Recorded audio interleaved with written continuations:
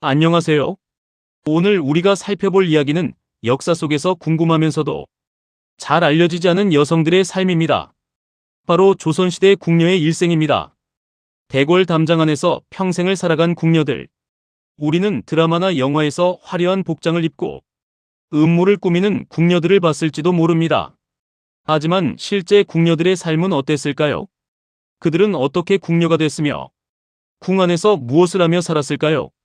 오늘은 16세기에서 19세기까지 조선 궁궐의 일원이었던 궁녀들의 진짜 이야기를 들려드리겠습니다.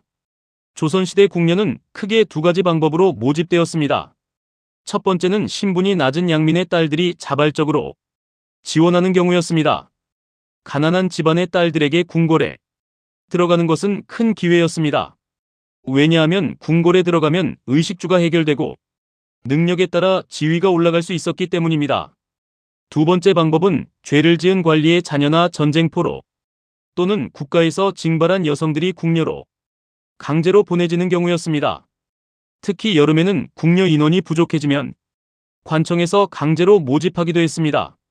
궁녀로 들어온 여성들은 철저한 신체 검사를 받았습니다.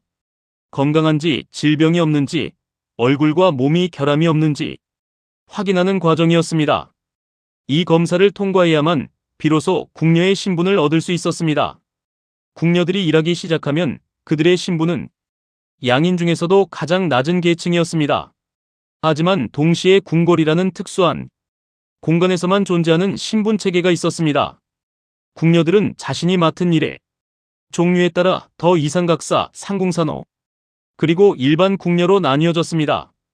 특히 뛰어난 능력을 가진 궁녀 중에서는 상궁이 되어 다른 궁녀들을 관리하고 왕과 왕비를 보필하는 고위 신분이 될 수 있었습니다. 이제 궁녀들이 궁궐에서 어떤 일을 했는지 알아봅시다. 궁녀들의 업무는 매우 다양했습니다. 첫 번째는 왕과 왕비, 그리고 왕족을 직접 보필하는 일이었습니다. 이들은 왕과 왕비의 침실, 목욕실, 식사를 담당했습니다. 왕의 식사가 독살되지 않도록 음식을 시식하는 여관과 같은 위험한 업무도 궁녀들이 담당했습니다. 두 번째는 궁궐의 살림을 담당하는 일이었습니다. 수백 명에 달하는 궁궐 거주자들의 의류를 관리하고 음식을 준비하고 궁궐을 청소하는 업무입니다. 이는 상당히 육체적으로 힘든 일이었습니다. 세 번째는 수공의 작업이었습니다. 궁녀들은 왕족의 의류를 만들고 자수 작업을 하고 도자기를 만드는 등 정교한 손일을 수행했습니다. 특히 자수와 같은 고급 기술을 가진 궁녀들은 높은 대우를 받았습니다. 네 번째는 문화와 교양 관련 업무입니다. 읽고 쓸 수 있는 능력이 있는 궁녀들은 왕비나 왕족의 문화생활을 돕기도 했습니다. 궁녀들의 계급 구조를 더 자세히 살펴보면 맨 위에는 상궁이 있었습니다. 상궁은 단순한 하인이 아니라 궁궐 내에서 상당한 권력을 가진 존재였습니다. 특히 왕비의 곁에 있는 상궁은 왕비의 신뢰를 받으면 정치에 영향을 미칠 수도 있었습니다. 상궁이 되려면 궁궐에서 오랫동안 일하며 신뢰를 쌓아야 했고 나이가 많아야 했습니다. 그 아래로는 각종 역할별 궁녀들이 있었습니다. 왕의 침실을 관리하는 침녀, 음식을 담당하는 사역 궁녀, 청소와 세탁을 담당하는 궁녀들이 있었습니다. 가장 낮은 계급은 궁궐의 가장 힘든 일을 담당하는 노비 신분의 궁녀들이었습니다. 그렇다면 궁녀들은 하루를 어떻게 보냈을까요? 궁녀들의 하루는 일찍 시작되었습니다. 대부분의 궁녀들은 새벽 5시경에 일어나야 했습니다. 첫 번째 일은 궁궐 곳곳을 청소하는 것이었습니다. 궁녀들은 왕과 왕족이 활동하기 전에 모든 공간을 깨끗이 해야 했습니다. 그 다음은 왕족의 아침 식사를 준비하는 시간입니다. 요리를 담당하는 궁녀들은 여러 가지 반찬과 밥을 정성껏 준비했습니다. 음식은 여러 궁녀들의 손을 거쳐 독사를 확인받아야 했습니다. 아침 일을 마치면 각자 자신의 담당 업무로 배치됩니다. 침실 관리 궁녀는 침구류를 정리하고 세탁 궁녀는 의류를 빨고 공예 궁녀들은 자신의 작업실로 향합니다. 정오가 되면 모든 궁녀들이 식사를 했습니다. 궁녀들의 식사는 신분에 따라 달랐습니다.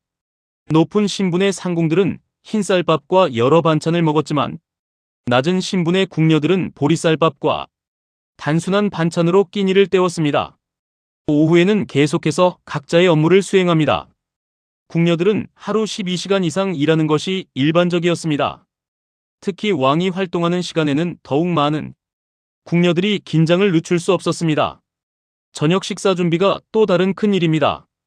아침과 마찬가지로 저녁 식사도 여러 공정을 거쳐 왕족에게 전달되어야 했습니다.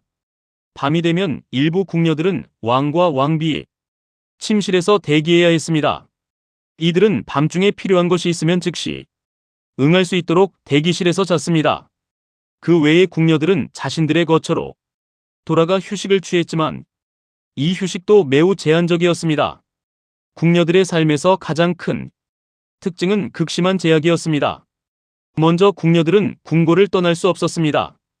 특수한 경우를 제외하고는 1년에 한두 번 가족을 만나는 것이 전부였습니다.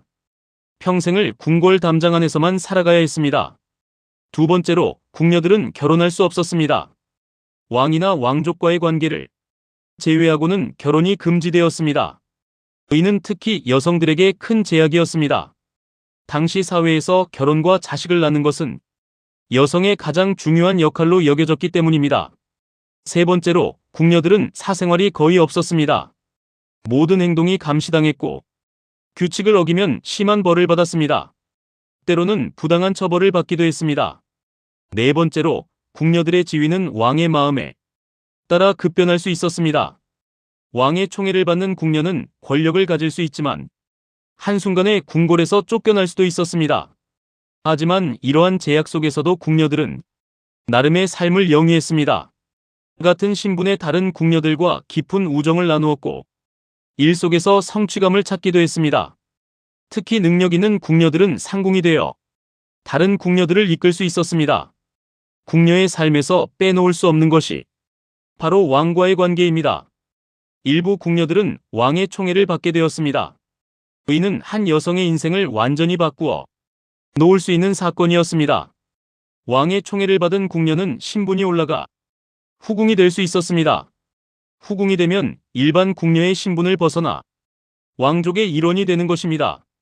특히 왕의 자식을 낳은 궁녀는 더욱 높은 신분을 얻을 수 있었습니다. 아들을 낳은 경우 그 어머니는 왕비 다음 가는 신분인 귀비나 귀인이 될 수 있었습니다. 이는 궁녀에서 최고의 성공이라고 할 수 있습니다. 그러나 왕의 총애는 또한 위험을 초래할 수 있었습니다. 왕비가 이에 진료하면 그 궁녀는 심한 폭력을 당할 수 있었습니다. 역사 기록에는 왕비의 질투로 인해 궁녀가 옥에 갇히거나 형벌을 받은 사례들이 많이 남아 있습니다. 또한 왕의 총애를 받는 것이 정치와 얽혀 있을 수도 있었습니다.